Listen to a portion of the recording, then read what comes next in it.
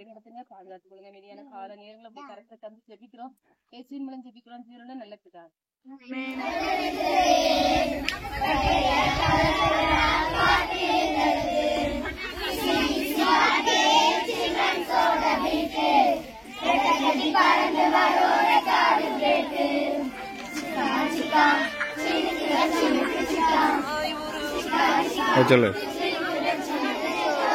உன் முழு இருதயத்தோடும் உன் முழு ஆத்மாவோடும் உன் முழு ஆத்மாவோடும் உன் முழு மனதோடும் உன் முழு மனதோடும் அன்பு கூறுவாயாக. மத்தேயு 22ஆம் அதிகாரம் 37ஆம் வசனம். மத்தேயு 22ஆம் அதிகாரம் 37ஆம் வசனம்.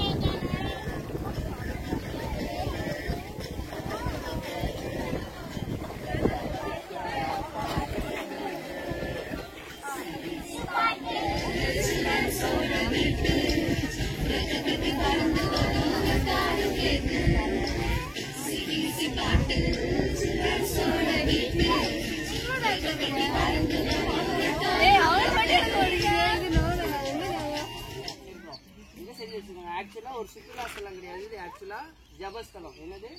ஜபஸ்தலம். அதனால ஜபிக்கிறதுக்கு என்னென்ன காரியம் இருக்குதோ அது எல்லாமே என்ன பண்ணி வச்சிருக்கோம், ஏற்படுத்தி வச்சிருக்கோம். சரியா?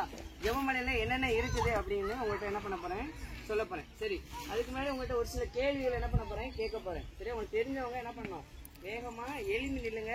ஆன்சர் சொல்லக்கூடாது. நான் கேட்டக்கப்புறம் தான் என்ன பண்ணும், ஆன்சர் சொல்லும். சரிங்களா? ஃபர்ஸ்ட் ஜெபமலையில என்ன இருக்குது அப்படின்னா ஜெபநடை தோட்டம் இருக்குது. என்ன இருக்குது? இங்கிலீஷ்ல வந்து பிரேயர் வாக் கார்டன் அப்படின்னு என்ன பண்ணுவோம், சொல்லுவோம். சரிங்களா? எங்க இருக்கு அப்படின்னா நமக்கு எனக்கு நேரம் பேக் சைட்ல தான் என்னது இந்த ஜெபநடை தோட்டம்ங்கிறது இருக்குது. சரி, ஓகே. நம்ம இந்தியாவில எத்தனை ஸ்டேட் இருக்குது? கரங்க வைக்கலாம். ஓகே, நீங்க எழுதலாம். 20. Very good. எல்லாம் கரங்க தட்டிடலாமா? 28 ஓகே, கரெக்டா சொல்லிட்டாங்க. சரி, நம்ம இந்தியாவில் எத்தனை ஸ்டேட் இருக்குது? எல்லாரும் ஹிஸ்டரி படிச்சிருப்பீங்கன்னு நினைக்கிறேன். ஓகேவா? Okay, very good, thank you. Okay, 28 state இருக்குது. சரி, நெக்ஸ்ட் கொஸ்டின், எத்தனை யூனிட் இருக்கு?